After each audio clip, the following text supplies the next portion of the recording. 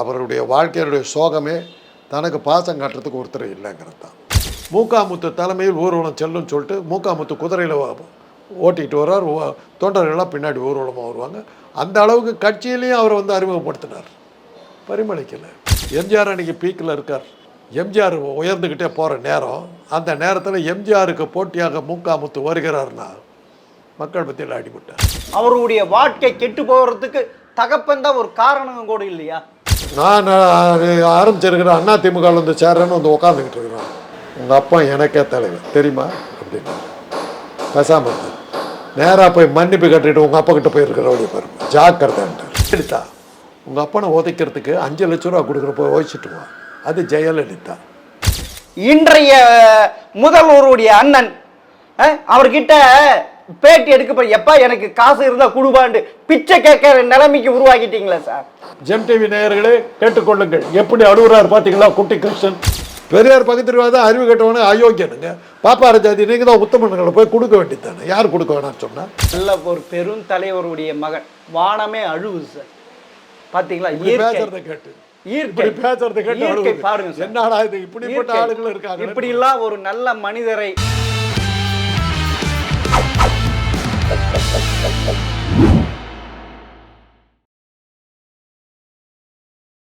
GeM TV நேயர்களுக்கு வணக்கம். அரசியல் ஆடுகள பகுதி அரசியல் விமர்சகர் டாக்டர் காந்தராஜ் அவர்கள் சந்திப்பவர். வணக்கம் சார். என்ன சார், மூக்காமுத்து இறந்து விட்டார். இதுவரைக்கும் கோபாலபுரத்தில் நுழைய முடியாத உயிரோடு இருக்கும் வரை இப்பொழுது அவர் ஆன்மா போன பிறகு அந்த வீட்டில் இடம் கொடுத்துருக்க. இது எப்படி சார் பார்க்குறீங்க? அவர் தனியாக இருந்தார், தனி வீட்டில் இருந்தார். அவர் பிறந்த வாழ்ந்த வீட்டை கொண்டுருக்காங்க. அதில் என்ன தப்பு? அவர் அவரோட குடும்பத்தோடு அவர் வேறு தனியாக போயிட்டார். திருவாரூருக்கு போயிட்டார். திருவாரூர்லேருந்து அப்புறம் சென்னைக்கு வந்தார். சென்னையிலேருந்து இப்போ இறந்த பிறகு வீட்டுக்கு கொண்டுட்டாங்க, வளர்ந்த வீட்டுக்கு கொண்டுருக்காங்க. அதில் என்ன தப்பு?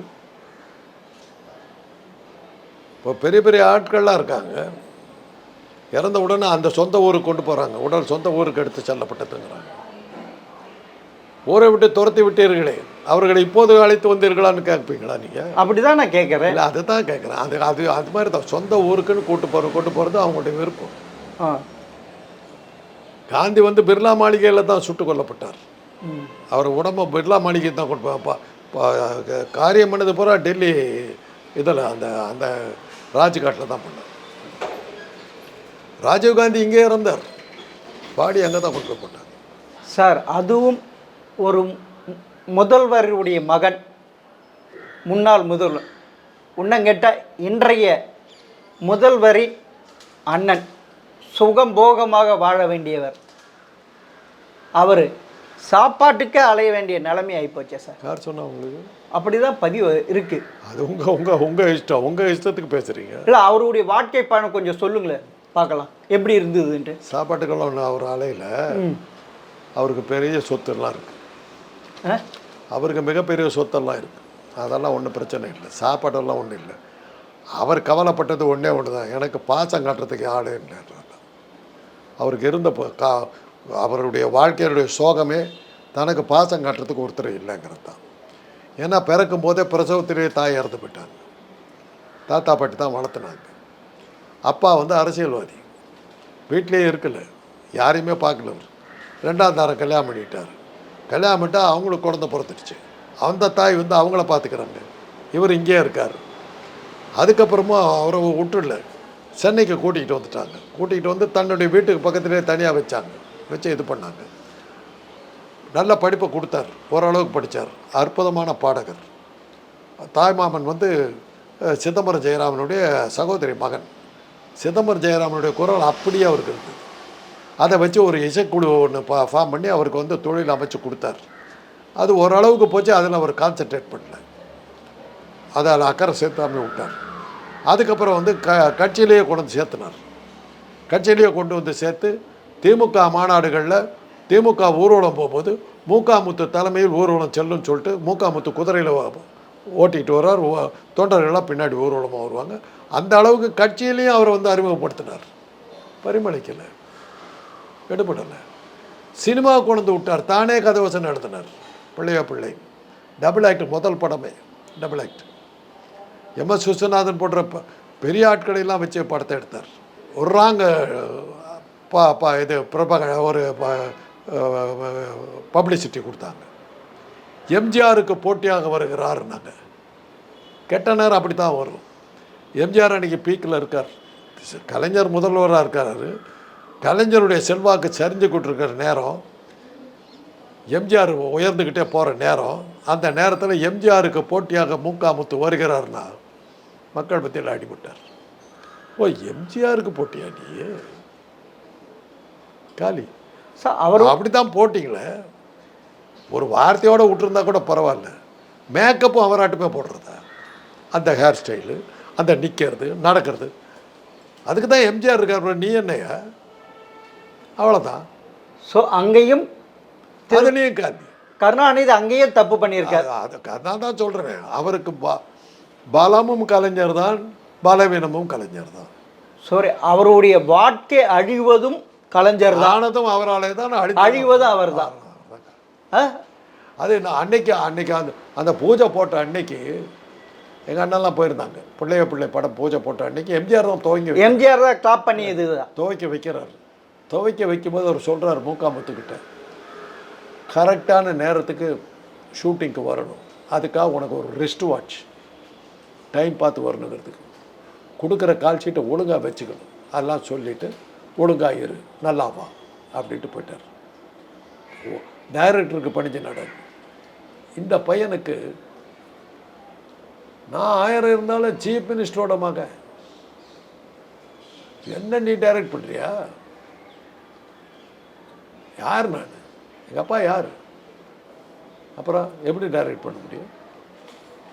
கிருஷ்ணன் பஞ்சுங்கிற இப்போ சிவாஜி கணேசன் எல்லாம் உருவாக்கின டைரக்டருக்கு முடியல, அவங்களால. பெரிய டைரக்டர் முடியல.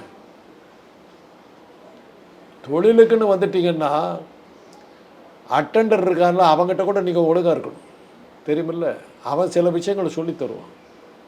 முதலாளி மகனாக இருக்கலாம், நீ அங்கே கிளார்க், அந்த வேலையில் நீ இருக்கணும். அப்படி படி இல்லைன்னா நீ காலி. இப்போ டிவிஎஸ் போன்ற குடும்பங்களில் என்ன பண்ணுவாங்க தெரியுமில்ல? சொந்த பிள்ளையாக இருப்பான், இதில் ஒர்க் ஷாப்பில் போய் கிளீனரோடு நிற்கணும், தெரியுமில்ல? ஆமாம், கிளீனர் ட்ரெஸ் தான் போட்டிருக்கணும். நீ முதலாளி வீட்டில், இங்கே நீ கிளீனர். அங்கே போய் காந்தராய் தான் டிவிஎஸ் ஓனர்னு வச்சுங்க, என்னப்பா கூப்பிடக்கூடாது, சார். அப்பா இல்லை, அங்கே உனக்கு நான் சார், தெரியுமில்ல? அந்த மாதிரி ஒழுக்கத்தை நீங்கள் கொடுத்து வளர்த்துருந்தீங்கன்னா அந்த பையன் அடங்கி வந்திருப்பார். ஸோ இதுவும் கலைஞருடைய தவறு தான். கலைஞருடைய சரியாக தன் பிள்ளை வளர்க்கவில்லை. அவருக்கு நேரம் இல்லை, அவருக்கு வளர்த்துறதுக்கு அம்மா இல்லை. அதான் அஞ்சகம் 2வது கல்யாணம் பண்ணிட்டாரு. அவங்க பிள்ளைய 4 பசங்க பெற்றுட்டாங்க, அவங்க 4 பிள்ளைய பெற்றுட்டாங்க. அவங்கள பார்ப்பாங்களா, இவரை பார்ப்பாங்க. இங்கேயும் சித்தி கொடுமை. பிறப்பு சரியில்லைங்க, பிறவி சரியில்லை. நீங்கள் கூட அப்படியே அரிசி பருப்புமா அப்படியே அள்ளி அப்படியே குவிஞ்சு கிடக்குது. நீங்கள் சர்க்கரை வியாதிக்காரனாக்க எப்படி திங்க முடியும்? என்ன பண்ண முடியும்?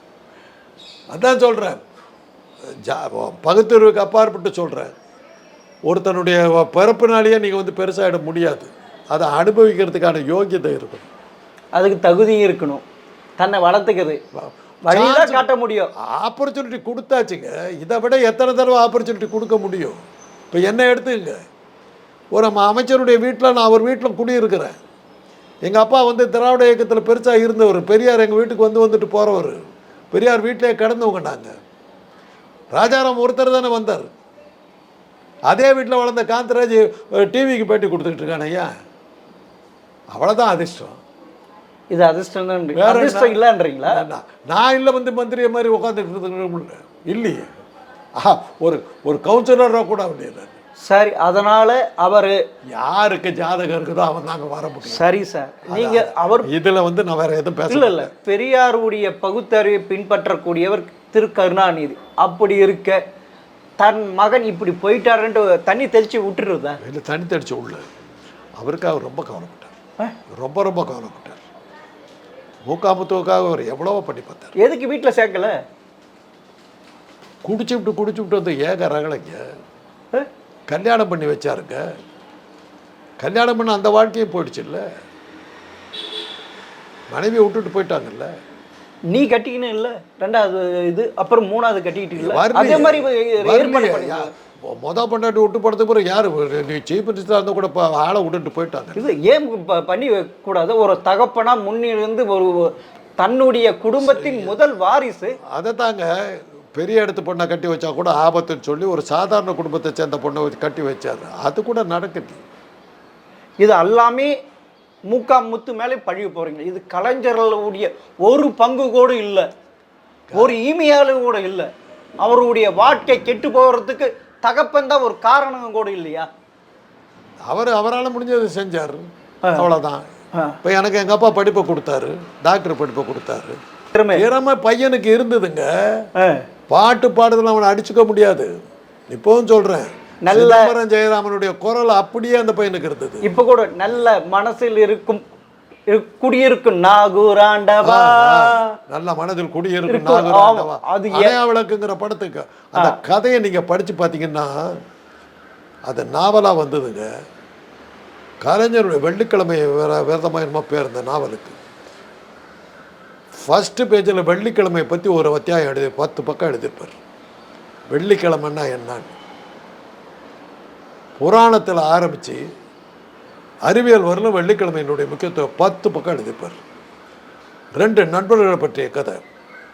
கலைஞர் எழுதின படைப்புகள்லேயே அற்புதமான படைப்பு அந்த வெள்ளிக்கிழமை. அதை படமாக எடுத்தாங்க. அவருக்கு லக்கு இல்லைன்றீங்களா? வேற நடிகர்களை போட்டிருந்தா என்னமா ஓடி இருக்கு அது பவுண்டி. அற்புதமான ரோலுங்க அவர் முத்து. சரி சார், அப்படிதான் போனாலும் அதிர்ஷ்டம் இல்லை, அதிர்ஷ்டம் இல்லை, எதுவும் இல்லை. ஒரு தகப்பனுடைய கடமையை சரியாக கருணாநிதி ஆற்றினாரா? தன்னுடைய மகன் இப்படி போயிட்டானே,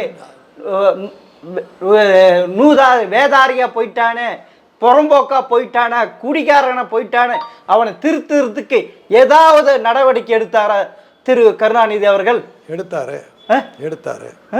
எடுத்தார். ஒரு முதலமைச்சருடைய மகன்னா ஏங்க என்ன மாதிரி ஒரு அல்ப ஆத்மாக்களுக்கு 10 பேர் சேர்றான். செல்வமும் செல்வாக்கும் உள்ள ஆறுகிட்ட எப்படி வருவானுங்க? குடிச்சவர் ஆக்கிறதுக்குன்னு ஒரு கூட்டம் வரும் இல்லை? அவர் அப்படித்தானே ஒழிச்சு கட்டினாங்க. திட்டம் போட்டு ஒழிச்சு கட்டது கலைஞருடைய குடும்பத்தின் அரா இல்லை அவரா? கருணாநிதியா இல்ல முத்துவே தன் தலை தானே மண்ணுவாரி போட்டுக்கிட்டாரா? உங்களுக்கு எது பிடிக்குதோ அதை வச்சுக்கோங்க. யாராவது ஒரு தாப்பை தான் புள்ள குடிச்ச வரவான்னு நினைப்பானா? அடிப்படை கேள்வி. அப்படிதான் பண்ணியிருக்காரு. அப்படின்னா விட்டுருங்க. இல்ல, ஏன் தன்னுடைய எதிரி கிட்ட கையேந்த வச்சாரு? முத்து தன் குடும்பத்துக்கு ஜெயலலிதா கிட்ட 5 லட்சம் ரூபாய் வாங்கினாரு. அது எப்படி? அப்பன்னா ஒரு எதிர்கட்சி தலைவராக இருந்தார், ஒரு இதுவாக இருந்தார், பல கோடிகளுக்கு அதிபதி. மஞ்சா பையோடு வந்தவர் இன்னைக்கு பல கோடிகளுக்கு அதிபதி. ஒரு மூத்த மகனை இப்படி எதிர்கிட்ட கையேந்த வச்சது ஒரு கேவலமான ஒரு இது இல்லையா? தன்மானம் இல்லையா? அதுக்கு என்ன பண்ணியிருக்கணும் அவரு? சொல்லுங்க, என்ன பண்ணிருக்கணும்? நீங்க தான் சொல்லுங்க. ஏதோ இவ்வளவு கரெக்டா காசு கொடுத்ததெல்லாம் கையால வாங்கி கொடுத்த மாதிரி பேசுறீங்களா? அது எல்லாருமே பதிவு வந்தது, எல்லாமே பேப்பர்ல வந்து எல்லாமே இது வந்தது. யார் கொடுத்தது? முன்னாள் முதல்வர் செல்வி ஜெயலலிதா 5 லட்சம் ரூபாய் கொடுத்தாங்க. அந்த யாருக்கிட்ட கொடுத்தாங்க? யாரு? முத்துக்கு கொடுத்தாங்க. அதுதான், அவ்வளவுதான். முத்து வாங்குறதுக்கு கலைஞர் என்ன பண்ண முடியும்? கலைஞர் எழுத்து வான்னு சொல்லி 5 லட்சம் ரூபா கொடுத்தாங்க. அதுக்கு தான் அதுதான் அந்த அந்தமா பண்ண வேலை. எம்ஜிஆர் கிட்ட அவர் போனார்.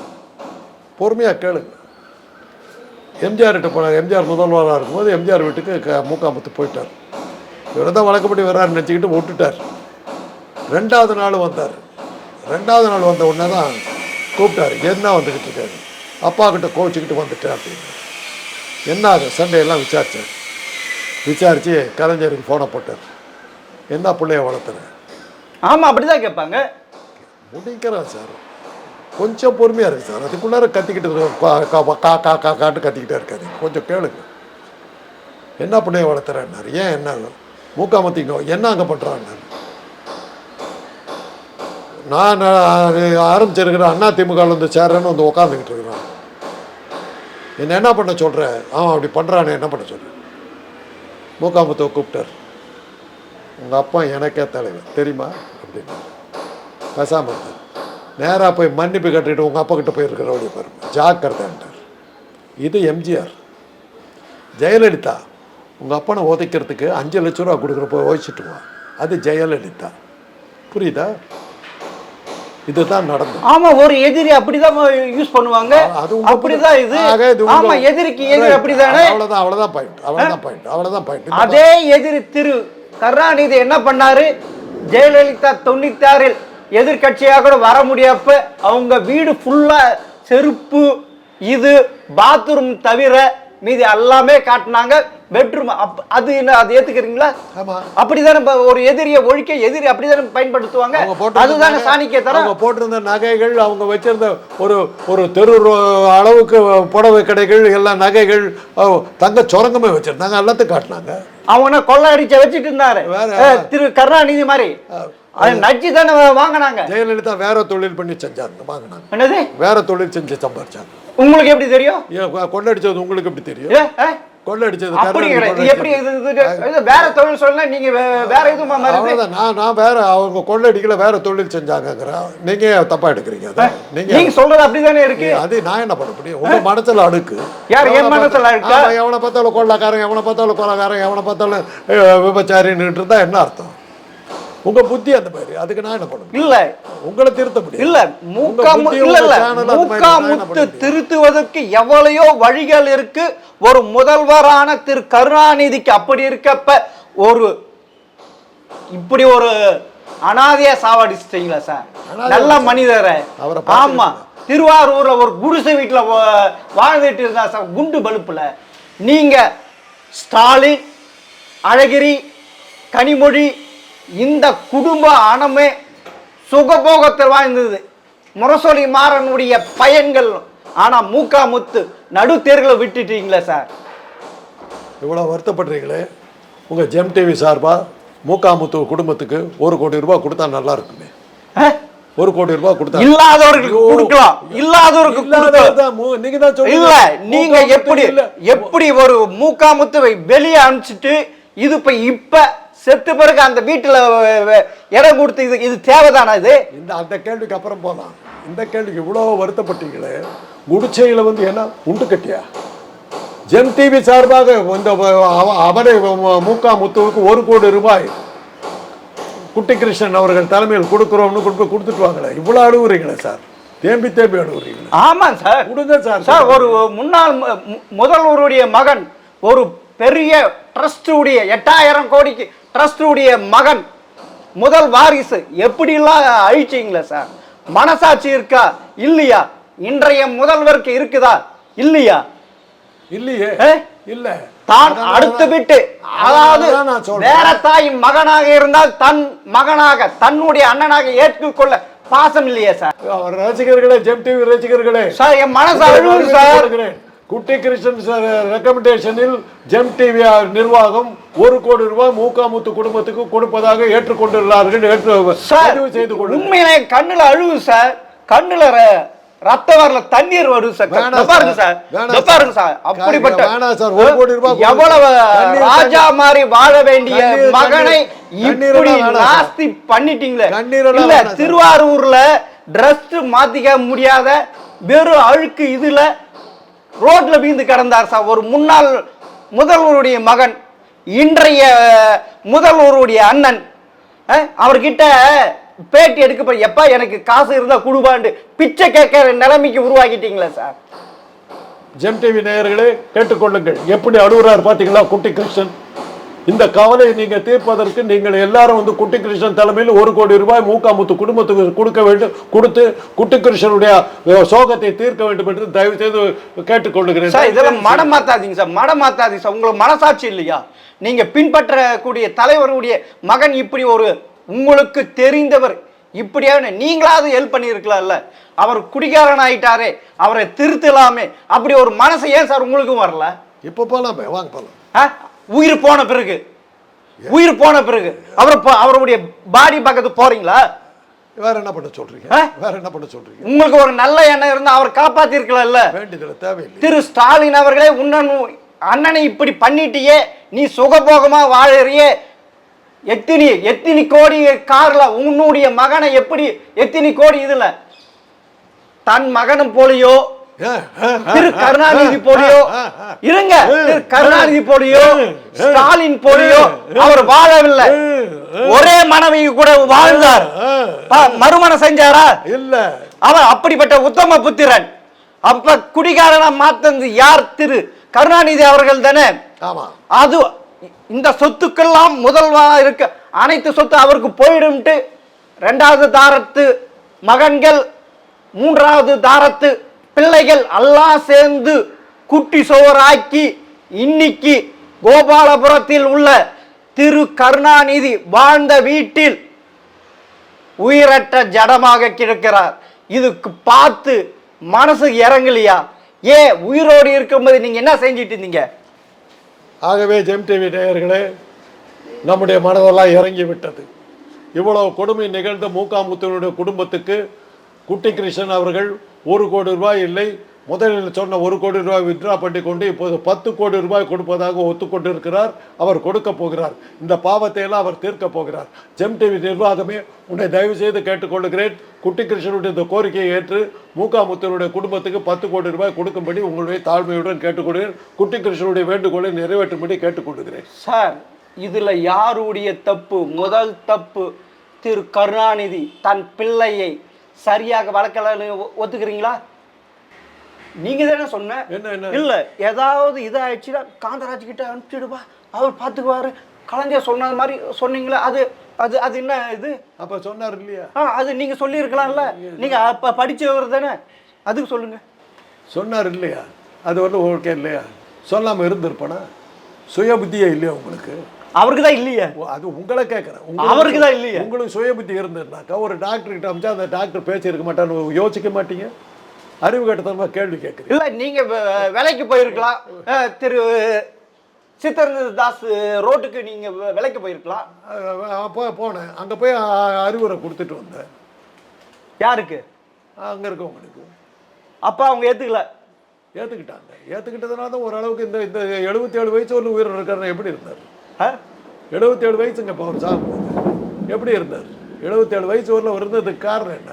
நாங்கள்லாம் கொடுத்த கவுன்சிலிங், நாங்கள்லாம் கொடுத்த சப்போர்ட், நாங்கள்லாம் கொடுத்த ஆதரவுலாம் தான் இந்த வயசு வரல. நீங்க கொடுத்தது. இப்போ கூட அவர் உடம்புல வயசானதுனால தான் இறந்தார் ஒழிய வேற காரணத்தினால இறக்கல. ஒரு முன்னாள் முதல்வர் மகன், ஒரு பெரிய கட்சி தலைவருடைய மகன் இருந்தார்.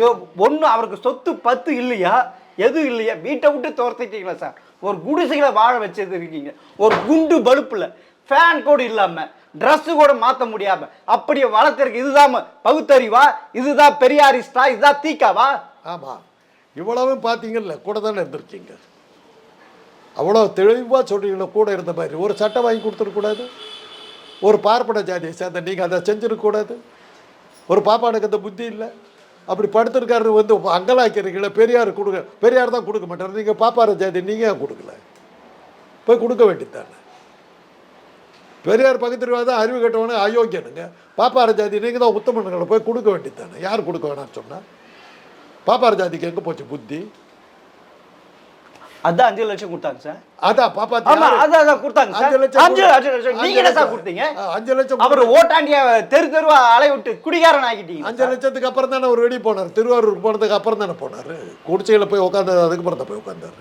ஒரு பாப்பாத்தி கொடுத்ததுனால தான் போனார். அழிக்கிறதுக்கு கொடுத்துருக்க. தாமரக்கண்ணின்னு ஒருத்தர் இருந்தார், எம்எல்ஏ. ஆமாம் சார். அவருடைய மகன் இன்பத்தமிழன். ஆமாம் சார். அப்பா இறந்து போயிட்டார். ஆமாம். கருமாதிக்கு போகக்கூடாதுன்னு சொல்லி தடுத்துச்சு ஒரு பாப்பாத்தி. ஓ, அதே மாதிரி நீங்க செத்து போற பிறகு கோபாலபுரத்துக்கு வந்து படுத்துக்கோ. அந்த உடல் கோபாலபுரத்துக்கு செத்த பிறகு என்ன சார் நீங்க அந்த உடம்பு வச்சு உயிரோடு இருக்கிறப்ப என்ன சார் பண்ணீங்க? கருமாதிக்கு போக கூடாத ஒரு பாப்பாத்தியை விட இது ஒண்ணு கேவலம் இல்ல. இது கேவலமா? இல்ல, இவ்வளவு கருமாதிக்கு மகனை அனுப்பாம தடுத்த பாப்பாத்தியை விட இது பெட்டர். இவ்வளவு கோடிகளை கொட்டி வச்சு இருந்து என்ன சார் ஒரு மகனை இப்படி விட்டார் திரு கருணாநிதி அவர்கள். அவருக்கு தான் அந்த இது பொது அறிவு இல்ல. அவருடைய 2ஆம் தாரத்து மகன்கள் என்ன செஞ்சாங்க, மூணாந்தாரத்து பொண்ணு என்ன செஞ்ச, ஐயோ நம்ம அண்ணனை இப்படி ஆயிடுச்சே, நம்ம உதவலாமே, ஐயோ இதுக்கு மானம் போயிடுமே, இது போயிடுமே, கவரி மானமாக இருக்க, ஒரு மயிறு சிந்தினாலும் உயிர் போயிடும் மாதிரி அப்படி இருக்கணும் சார். நீங்க சொல்லுவீங்களா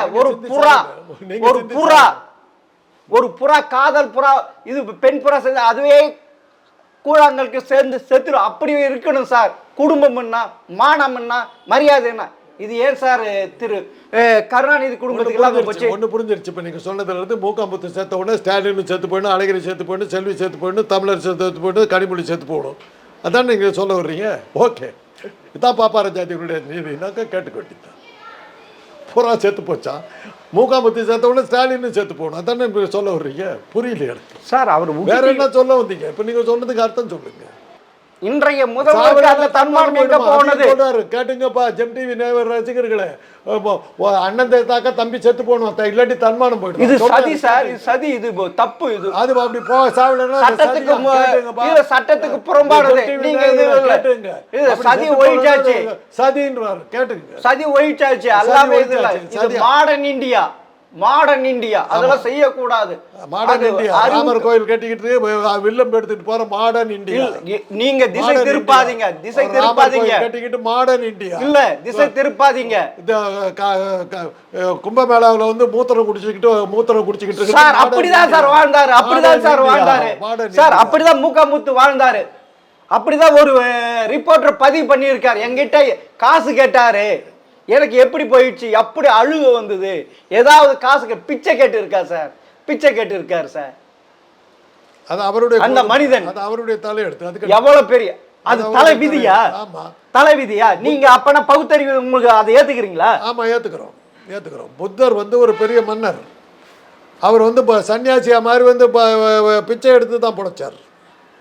அவர் வேற, அவர் வேற, அவர் வேற. கேட்டுங்க, அவர் வேறையா, அவர் வேறையா, இவர் சொல்றாரு கேட்டுங்க, அவர் வேறையா. இது ஒரு பாப்பார ஜாதிக்கு என்ன புத்தி பாருங்க. அப்பனா நீங்க என்ன சொல்றது வந்து திரு மூக்காமுத்து பிச்சை எடுத்து வாழ்ந்திருக்க வேண்டும் அப்படின்னு சொல்றீங்களா? அவர் பிச்சை எடுத்ததுக்கு நீங்க அப்படிதான் சொல்றீங்க. அப்படிப்பட்ட புத்தரே இவருக்கு சொல்றாரு இல்ல, நான் கேவலமான சொல்லல. புத்தர் வந்து கேவலமான இல்ல, நீங்க மடமாற்றாதீங்க, மடமாற்றாதீங்க, கேளுங்கள், மடமாற்றாதீங்க. புத்தர் வந்து கேடு கெட்டவர். இல்ல இல்ல, நீங்க மடமாத்தாரி என் மேல பழிய போடாதீங்க. இல்ல, நீங்க பகுத்தறிவோட சொல்றீங்க இதுட்டு. புத்தர் வந்து பிச்சை எடுத்தாரு, அது வந்து கேடு கெட்டவர். இல்ல இல்ல இல்ல, இது இல்ல, நீங்க திருப்பாதீங்க, மடமாத்தாதீங்க. இல்ல இல்ல, இப்படி திரு கோபாலபுரத்துக்கு இப்படி வக்காலத்து வாங்காதீங்க. இது விட அசிங்கம். மூக்காம்பத்து எப்படி ஆக்கிட்டீங்க, எப்படி ஆக்கிட்டீங்க? சுகபோகமாக வாழ வேண்டியவர், நல்ல இது. ஆமா சார், இது பதிவு பண்ணேன் சார். இல்ல இல்ல, அவங்க மீதி பேர்லாம் நல்லா வாழலாம், இவரை நடு ரோட்ல விட்டுட்டீங்க. அதைத்தான் சார் சொல்றேன். ஜெம் டிவி நேயர்களே எவ்வளவு வருத்தப்படுறாரு பாத்தீங்களா? குட்டி கிருஷ்ணன் அவரை நடுத்தவர்ல விட்டுட்டீங்களா, அழுவுறாரு. ஆமா சார், ஒரு கருணை உள்ளவன், மனிதாபிமானம் உள்ளவன். கிருஷ்ணனுடைய இந்த கவலையை நீங்கள் தீர்க்க வேண்டும் என்றால் மூக்காமுத்தனுடைய குடும்பத்துக்கு 10 கோடி ரூபாய் குட்டி கிருஷ்ணன் கொடுத்து அவங்க கொண்டு போய் கொடுக்கறதுக்கு ஜெம் டிவி நிர்வாகம் ஏற்பாடு செய்ய வேண்டும் என்று தயவு செய்து கேட்டுக் கொடுக்கிறேன். அவருடைய துக்கத்தை தீருங்கள். ஒரு மனிதாபிமானம் உள்ளவர் இப்படிதான் வருத்தப்படுவார். அக்கிரமத்தை களைவதற்கு நீங்கள் ஹெல்ப் பண்ணுங்கள். அப்படா அவளை அக்கிரம கோபாலபுரத்து குடும்பத்தில் மூக்காமுத்துக்கு எதிராக நடந்துள்ளது, நீங்களே பதிவு செய்றீங்க. உண்மையில நடந்திருக்க திரு கருணாநிதியும் திரு மு.க. ஸ்டாலினும் திரு அழகிரியும் திருமதி கனிமொழியும் இதையெல்லாம் தீர்க்க வேண்டும் என்றால் குட்டி கிருஷ்ணன் இவ்வளவு கத்தனுக்கு நீங்கள் ஜெம் டிவி நிர்வாகம் 10 கோடி ரூபாய் அவர் கையில் கொடுத்து மூக்காமுத்து குடும்பத்துக்கு ஆதரவு தர வேண்டும் என்று பணியோடு கேட்டுக்கொள்கிறேன். குட்டி கிருஷ்ணனுடைய குறையை தீர்க்க வேண்டியது உங்களுடைய பொறுப்பு. நீங்களும் துரோகிகள், அவ்வளவுதான். அப்பனா கோபாலபுரம் மூக்காமுத்துக்கு எதிராக நடந்து அதுதான் சொல்ல வரீங்களா? மறைமுகமா சொல்லிட்டீங்க. நேரவே சொல்றேன். திரு ஸ்டாலின் அவர்கள் அப்படிதான் சொல்றீங்க. கிருஷ்ணன் அதை சரி பண்ணுவார். கோபாலபுரம் பண்ண துரோகத்தை குட்டி கிருஷ்ணன் வந்து ஜெம் டிவி நிர்வாகத்தை ஏற்பாடு பண்ணி அந்த குறைகளை தான் தீர்ப்பார். இனி மூக்காமுத்துடைய குடும்பம் கவலைப்பட வேண்டியதில்லை. ஜெம் டிவி நிர்வாகம் அதை பொறுப்பெடுத்து குட்டி கிருஷ்ணன் தலைமையில் உங்களுக்கு 10 கோடி ரூபாய் போல நிதி உதவி செய்வார். சார் பாவம், ஒரு நல்ல ஒரு பெரும் தலைவருடைய மகன் வானமே அழுவு சார். பார்த்தீங்களா? பேசுறதை கேட்டு இப்படி பேசுறது கேட்டு இயற்கை அழுகுது. பாருங்க சார். என்னடா இது இப்படிப்பட்ட ஆளுங்களும் இருக்காங்க. இப்படிலாம் ஒரு நல்ல மனிதரை இப்படிலாம் நடுத்தெருவில் விட்டு பிச்சை எடுக்க வைத்து இவ்வளவு பேர் சுகபோகமாக மஞ்சா பையோடு வந்தவர் இவ்வளவு கோடிகளுக்கு அதிபதியாக இருக்கிறார்கள். அவரை போயிட்டு இப்படி பண்ணிட்டீங்களா சார்? அதான் சார் சொல்றேன். சார் அவருடைய ஆத்மா சாந்தடைய இப்பயாவது உங்க மனசார வேண்டிக்கிங்க சார். கண்டிப்பா சொல்றேன். அந்த ஆத்மா சாந்தி அடைய ஜெம் டிவி நிர்வாகம் 10 கோடி ரூபாயை குட்டி கிருஷ்ணனுக்கு கொடுத்து மூக்காமுத்து குடும்பத்திற்கு கொடுத்து அந்த ஆத்மா சாந்தி அடைய நீங்கள் உதவ வேண்டும் என்று மனசார கேட்டுக்கொள்கிறேன். மூக்காமுத்து என்ற ஒரு உத்தம புத்தக அந்த அவருடைய ஆத்மா சாந்தி அடைய. சரி சார், திரு மூக்காமுத்து இறந்து போனது ரொம்ப வருத்தமான விஷயம். அவர் ஆத்மா சாந்தடைய நாம் பிரார்த்திப்போம் சார்.